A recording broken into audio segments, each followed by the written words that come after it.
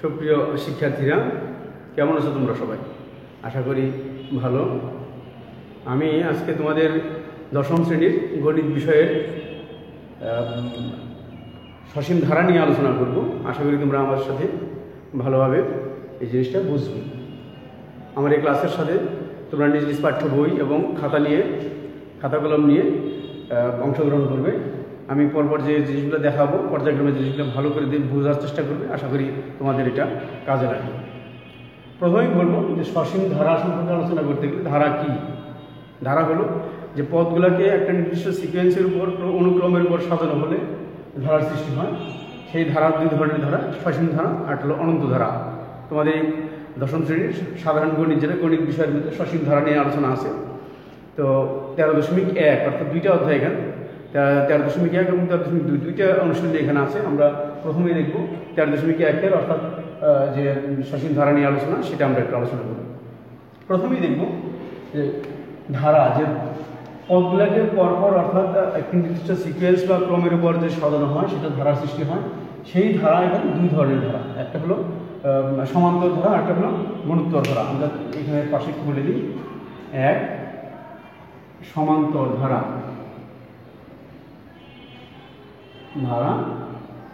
দুই,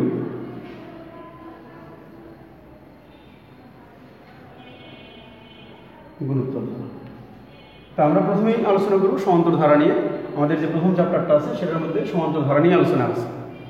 সমান্তর, আমরা এই শব্দটার সাথে যদি একটু ভেঙে বিশ্লেষণ করি, সমান্তর অর্থাৎ সমান অন্তর, সমান বিয়োগফল।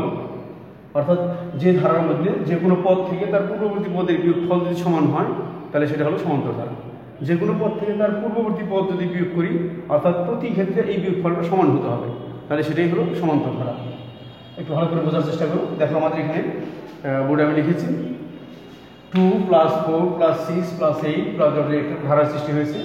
আমরা এটাকে বলি প্রথম পদ, দ্বিতীয় পদ, তৃতীয় পদ, চতুর্থ পদ। আমি প্রথম, দ্বিতীয়, তৃতীয় পর্যন্ত লিখলেই যথেষ্ট ছিল। তারপর চারটা আমরা লিখেছি, আর ইচ্ছা করলে আরও লিখতে পারতাম, তো ওটা প্রয়োজন নাই। আমরা চতুর্থ পদ পর্যন্ত লিখেছি, অথবা তৃতীয় পদ পর্যন্ত লিখলেও চলবে। 2 + 4 + 6 + 8 + এখানে এই হিসাবগুলো করতে গেলে আমরা এটাকে প্রথম পদ বলি, যে প্রথম পদ। তারপরে যে কথাটা বললাম যে বিয়োগফল সমান হয়, সাধারণ অন্তর, জেনারেল ডিফারেন্স যেটা বলা হয়, সাধারণ অন্তর, এটাকে ডি দ্বারা প্রকাশ করা হয়। আমরা কীভাবে বের করি ভালো করে একটু লক্ষ্য করো। তো প্রথম পদ হলো এ, সাধারণ অন্তর হলো ডি। প্রথম পদ আমরা ওই সূত্র থেকে, অর্থাৎ যে ধারাটা দেওয়া আছে, ধারার দিকে আমরা যদি খেয়াল করি, প্রথম পদ হলো এখানে আমার দেওয়া আছে প্রথম পদ এ। এটা কীভাবে বের করি? অর্থাৎ দিস ইজ 2, সাধারণ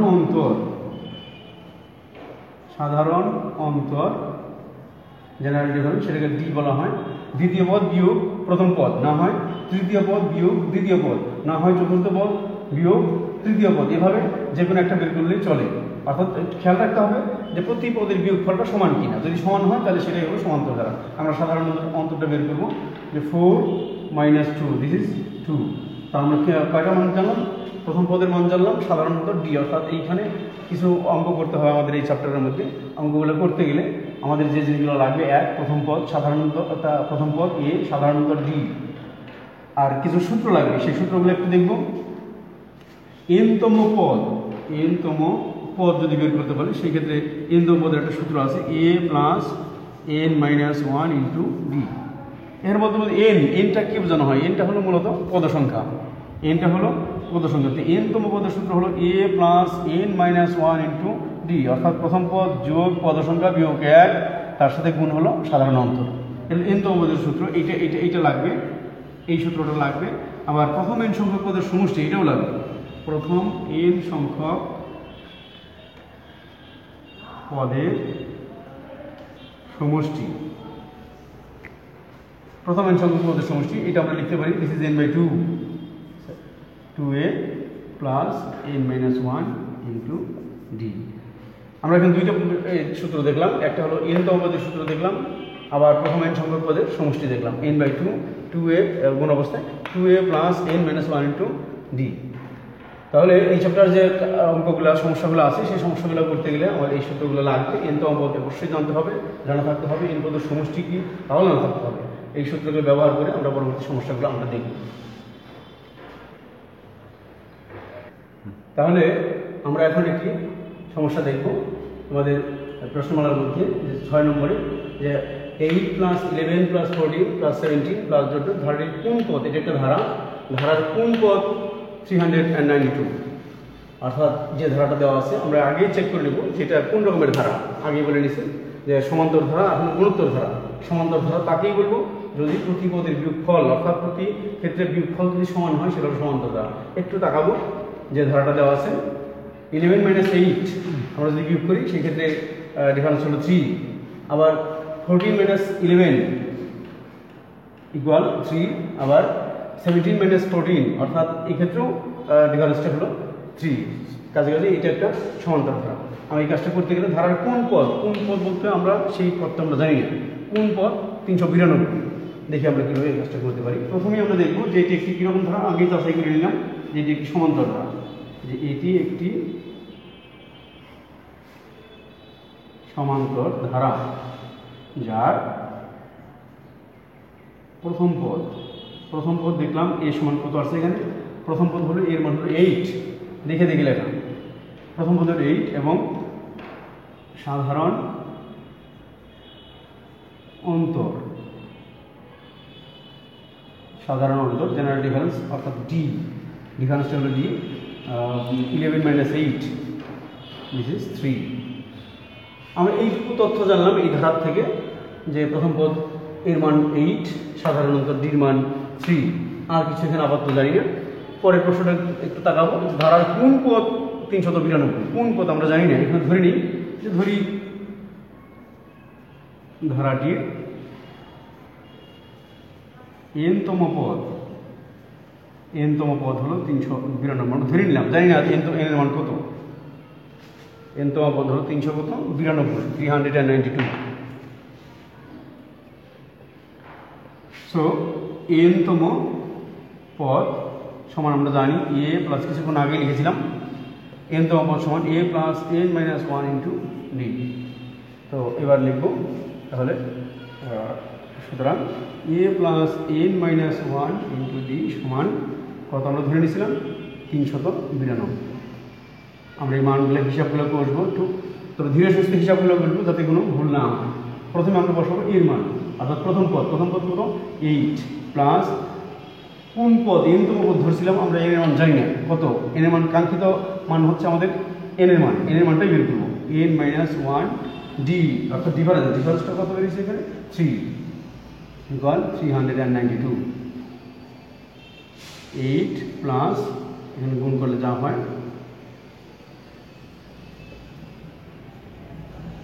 আমরা nটা রাখবো 3n প্লাস 8 - 3 দ্যাট মিনস 5।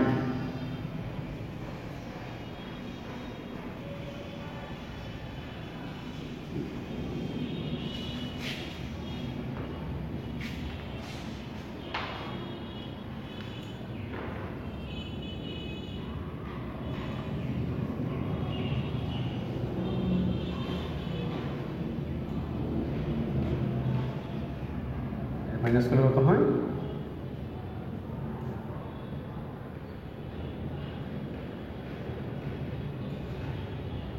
387 বা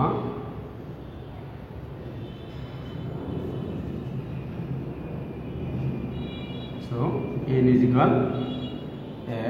1 ভাগ করলে যা হয় আর কি। আমরা ধরেছিলাম ধারাটির কোন পদ, প্রশ্নটা ছিল ধারাটির কোন পদ 392, সেক্ষেত্রে আমরা ধরে নিয়েছিলাম যে ধারাটির এনতম পদ, ধারাটির এনতম পদ 392। আমরা এনের মান ততক্ষণে জানতাম না, কিন্তু যখন হিসাব আনতে দেখলাম যে এনের মান কত বেরিয়েছে 129। সুতরাং ধারাটির কোন পদ মানে হলো 129তম পদ, ধারাটির 120তম অর্থাৎ 129তম পদ, এটার মানই হলো 392। তাহলে আমরা আনসার লিখতে পারি, আনসার হলো 129।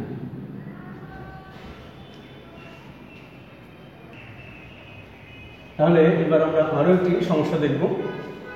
সমস্যাটা যে এখানে প্রশ্নটার মধ্যে বলা আছে একটি সমান্তর ধারার, আগেই বলা আছে যে ধারাটি হলো সমান্তর, একটি সমান্তর ধারার 16তম পদ অর্থাৎ 16তম পদ -20 হলে ধারাটির প্রথম 31টি অর্থাৎ 31টি পদের সমষ্টি কত।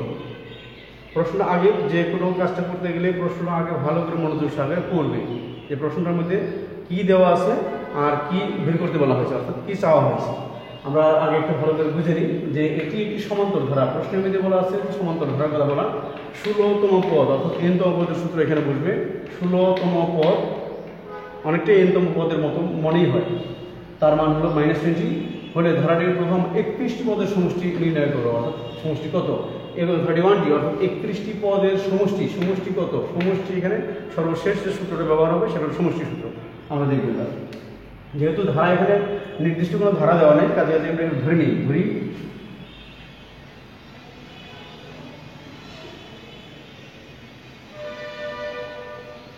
ধরি সমান্তর ধারার প্রথম পদটা এ ধরলাম এবং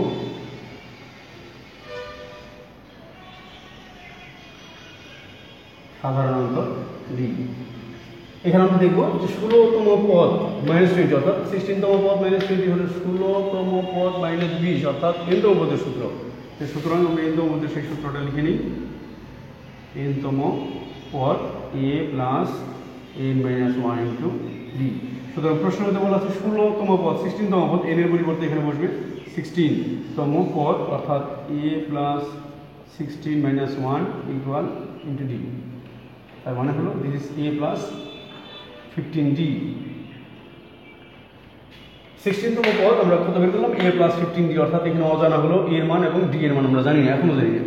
তো এই a প্লাস 15d এটাই হলো 16তম পদ যার মান প্রশ্নের মধ্যে বলা আছে -20। তা এবার আমরা শর্ত মতে লিখবো অ্যাকর্ডিং টু কোশ্চেন। শর্ত মতে a plus 15d is equal -20। This is equation number 1. আমরা আবার একটু তাকাবো ধারাটির প্রথম 31টি পদের সমষ্টি কত। 31টি এখানে 31, এটা হলো পদ সংখ্যার মান দেওয়া আছে,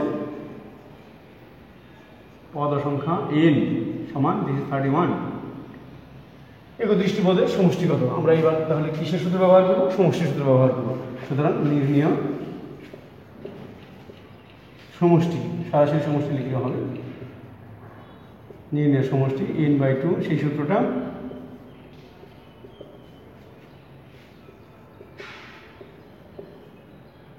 মানগুলো আমরা বসিয়ে দেব। n এর মান কত 31/2, 2 এর মান আমরা জানি না, n এর মান জানি 31 বিয়োগ 1, d এর মানও আমরা জানি না জানলাম, যে মানগুলো আমরা জাস্ট বসিয়ে দেব। যেগুলো জানি ওই মানগুলোই আমরা বসাবো, আর যেগুলো জানি না ওইভাবে থাকবে। This is 31/2, 2a plus minus করে দিস 30 সাথে d,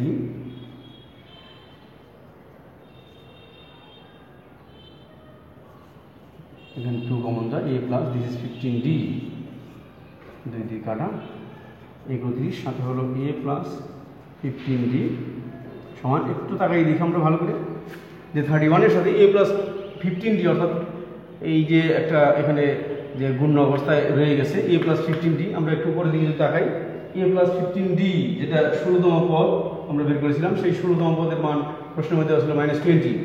আমরা সেই a প্লাস 15d এই রাশিটা এটার মান আমরা -20 দেওয়া আছে 1 নং সমীকরণে, সেই মানটা এখন বসিয়ে দেবো অর্থাৎ 31 ইন্টু দিস ইজ -20। এখানে পাশে একটু বেড়ে দিতে পারি সাইড নোট, কোথা থেকে পেলাম এই জিনিসটা 1 নং হাতে, 1 নং হাতে পেলাম, তার মানে মাইনাস অর্থাৎ -620 and that's answer.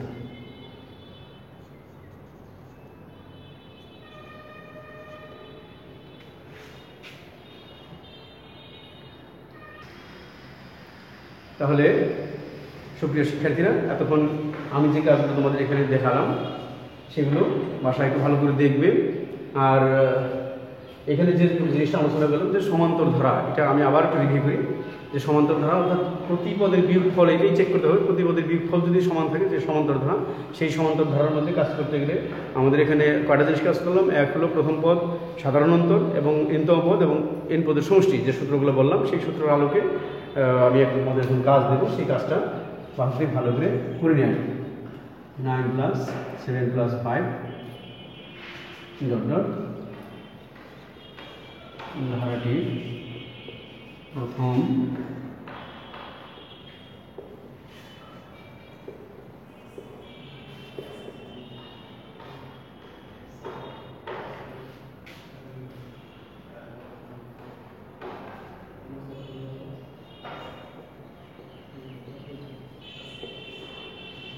রেখা করি। এখানে যে বাড়ির কাজটা অর্থাৎ